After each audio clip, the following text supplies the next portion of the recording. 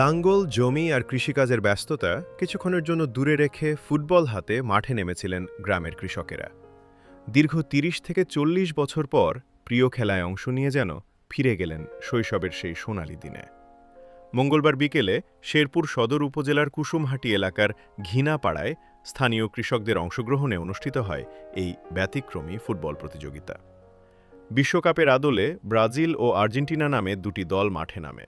শুরু থেকেই ছিল হাড্ডাহাড্ডি লড়াই। রোমাঞ্চকর ম্যাচ শেষে ২-১ গোলের ব্যবধানে জয় তুলে নেয় ব্রাজিল। এই আয়োজনের উদ্যোক্তা শেরপুর সফররত কন্টেন্ট ক্রিয়েটর মোজাহের। তিনি জানান, ৬৪ জেলা ভ্রমণের অংশ হিসেবে শেরপুরে এসে চলমান ফুটবল বিশ্বকাপের আনন্দকে আরও প্রাণবন্ত করে তুলতেই এই ভিন্নধর্মী আয়োজন করেছি। গ্রাম বাংলার মাঠে কৃষকদের এই ফুটবল উৎসব সত্যিই ছিল আবেগ, আনন্দ আর স্মৃতির এক অনন্য মিলন মেলা। আজকে যে বিশ্বকাপ ফুটবল খেলা, আজকে সেই ফুটবল খেলায় ব্রাজিল বনাম আর্জেন্টিনা খেলা ছিল। সেই খেলায় আমি একটু ব্রাজিলের প্লেয়ার, আমরা 2টি গোলে জিতেছি। ইনশাল্লাহ এবার বিশ্বকাপ চ্যাম্পিয়ন ব্রাজিল হবেই হবে। ইনশাল্লাহ এশিয়ার পক্ষ থেকে আজকের এই খেলা সকল মানুষের সঠিকভাবে উপভোগ করার জন্য সবাইকে আমার ঘিনাপাড়ার পক্ষ থেকে এবং আমার 4 নং ওয়ার্ডের পক্ষ থেকে সবাইকে জানাই আন্তরিক শুভেচ্ছা অভিনন্দন। আমরা গ্রামাঞ্চলের মানুষ, আমরা কৃষকের ফুটবল খেলা দেখতে আসছি। খেলা সুন্দর উপভোগ করবো, সবাই আসছে।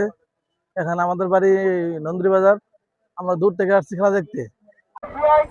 দীর্ঘদিন পর এসিআই কোম্পানির পক্ষ থেকে আমাদের মুজাহিদ ভাইয়ের মাধ্যমে আমাদের ঘিনাপাড়া গ্রামে একটা ফুটবল টুর্নামেন্টের আয়োজন করা হয়েছে।